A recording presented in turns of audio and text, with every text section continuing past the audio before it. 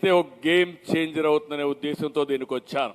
ఇలాంటి వారి జీవితాల్లో మీరు వెలుగు తేగలిగితే మీ శక్తిని ఉపయోగించి కొన్ని వేల కుటుంబాలను మీరు మార్చగలిగితే దానివల్ల వచ్చే గౌరవం, దానివల్ల వచ్చే మీకు తృప్తి ఏ పని వల్ల రాదని మరొకసారి విజ్ఞప్తి చేస్తున్నా.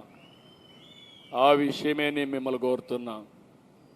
మీ డబ్బులే నేను అడగడం లేదు, అవసరమైతే డబ్బులు ఖర్చు పెడతారు. ఇప్పుడు వాట్సాప్ గ్రూపులు వచ్చాయి. మీ మనిషిని మీరు మొత్తం టైం ఇవ్వలేరు. ఒక్కొక్కరికి 20-30 కంపెనీలు ఉన్నాయి. ఇది కూడా ఒక కంపెనీగా పెట్టండి.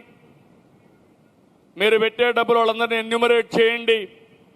ఒక కంపెనీ లాభ నష్టాలు ఏ విధంగా చేయాలో మీరు స్ట్రాటజీస్ వర్కౌట్ చేస్తున్నారు. Marketing strategy, HR strategy, finance అన్నీ కూడా, ప్రాఫిట్ లాస్ అన్నీ కూడా.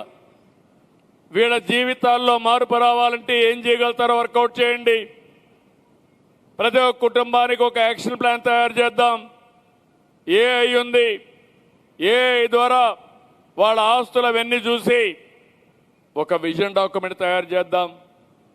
అది తయారు చేసిన తర్వాత వాళ్ళతో కూర్చోండి, వాళ్ళని కౌన్సిల్ చేయించండి.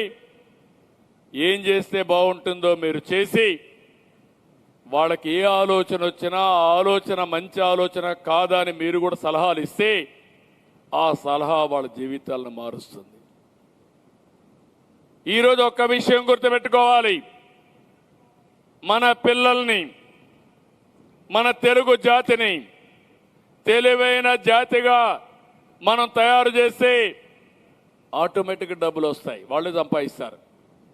నేను ఆ బాధ్యత మీకు అప్పచెప్తున్నా. ఈ ప్రభుత్వం ఒక మెంటర్గా ఉంటాం, మేము ఒక ఫెసిలిటేటర్గా ఉంటాం. మీరు వాళ్ళకి చేయాల్సింది మేమిచ్చే డబ్బులన్నీ ఇస్తాం, మేమిచ్చే వస్తువులన్నీ ఇస్తాం, అందరికీ ఇంటి దాకా ఇస్తాం, అందరికీ ఇళ్లు కట్టిస్తాం, అందరికీ గ్యాస్ ఇస్తాం, అన్ని ఇండ్లకు నీళ్లు తీసిపెట్టి ట్యాప్ ద్వారా నీళ్లు ఇస్తాం, కరెంట్ ఇస్తాం, మరుగుదొడ్లు కట్టిస్తాం, ఇంటర్నెట్ ఇస్తాం.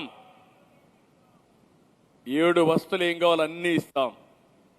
అక్కడి నుంచి వాళ్ళ ఆదాయాన్ని పెంచి వాళ్ళ క్యారియర్ రూపకల్పన చేసే బాధ్యత మీదని మిమ్మల్ని అడుగుతున్నా.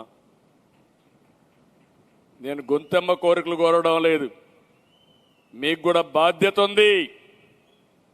ఈ గౌరవం సమాజం ఇచ్చింది.